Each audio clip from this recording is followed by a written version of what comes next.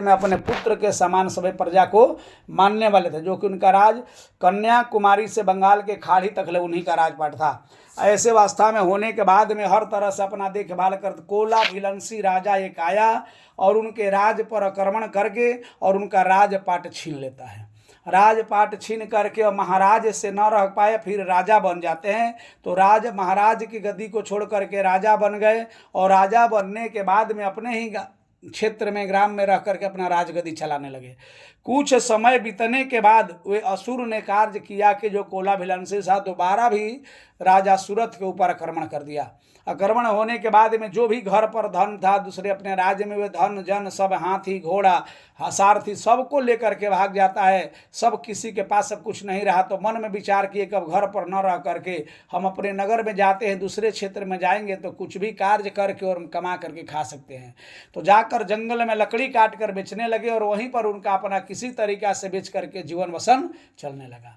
अब जंगल में जाने के बाद में एक महात्मा जी थे जो कि ऋषि अधित करने पर वहां पर गए और कुमल्स के पास में जा करके पूछे कि हे महात्मन, ये बताइए कि हमारा धन तो चला गया है लेकिन मन खींच रहा है कि हमारा धन जो राजा छीन लिया है सब खर्च कर देगा, जबकि हम जानते हैं कि हमारा धन नहीं, उस पर हमारा कोई हक नहीं है। अब ऐसे भी बात पर कोई बताए तो भी मेघा मुनि बताए कि हे राजन, तुम्हारा मन खींचा जा रहा है मोह माया की कृपा से, माया देवी का प्रचार है, इसलिए तुम जाओ जा करके महामाया का स्तुति करोगे तो धीरे धीरे शांति होगा। महामाया कौन है? महामाया माँ आदि शक्ति भगवती दुर्गा को ही कहा जाता है। काली के रूप में कार्य होती है और माँ भगवती आदि शक्ति ही सबको चराचर को चलाने वाली, जगत को दिखने वाली महामाया उन्हीं का नाम किया जाता है, जो कि सबको हारण पोषण मारण मोहन वशीकरण सब इसी को दिया जाता है, उन्हीं का नाम महामाया है। तो महामाया देवी ऐसे अवस्था में देख करके और सबको कल्याण करने के लिए गई। फिर कुछ समय के बाद एक बनिया था जो कि बनिया के पुत्र को ऐसा कार्य किया कि वैश्य को अपने घर में परिवार और पत्नी मिल करके बच्चा अपने धन के लोभ में अपने घर से बाहर निकाल देता है। अब घर से बाहर निकल जाने के बाद में रोते हैं, बिलखते हैं, बार बार नक्का को कार्य करते हैं, फिर भी उनका कोई कहना नहीं सुना। कहने के बाद में सब लोग दुखित होकर के कार्य कर लगे कि हे राजन, जो भी कार्य इनको घर से निकाल दिए के बाद वहीं जाते हैं जहाँ जंगल में मेघा मुनि अपना देवी का स्तुति करते थे। वहीं जा करके ये भी पूछे मेघा मुनि से कि हे सरकार, मेरा बच्चा और मेरा पत्नी घर से मार के निकाल दी है, फिर भी हमारा मन नहीं मानता है कि मेरा बच्चा कैसा होगा, मेरा पत्नी कैसी होगी, अब हम इसका उपाय करें कि मन का शांति मिले।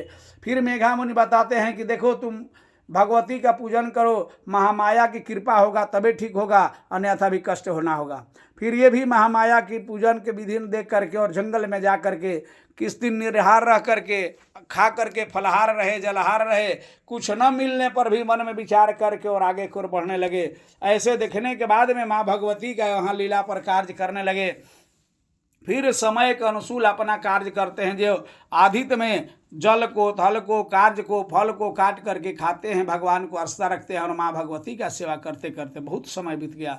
फिर इसी तरीका से इनका अध्याय 13वां अध्याय में आंसर देगा जो कि शुरू में कार्य किया गया। अब ऐसे करने के बाद उन्हीं के कार्य करते हुए भगवान विष्णु से सैया पर लेटे थे, उन्हीं के कान के मैलों से एक दानव तैयार हो जाता है और दानव ब्रह्मा जी को खाने के लिए तत्पर दौड़ पड़ा। ऐसे दशा को देख करके ब्रह्मा जी बहुत आश्चर्य हुए और डर के मारे हुए चिल्लाने लगे कि हे विष्णु भगवान, हे जनार्दन, हमें बचाए बचाए, नहीं तो ये दानव हमें मार डालेगा। जिसका कार्य में मधु तथा कटम इसका नाम था।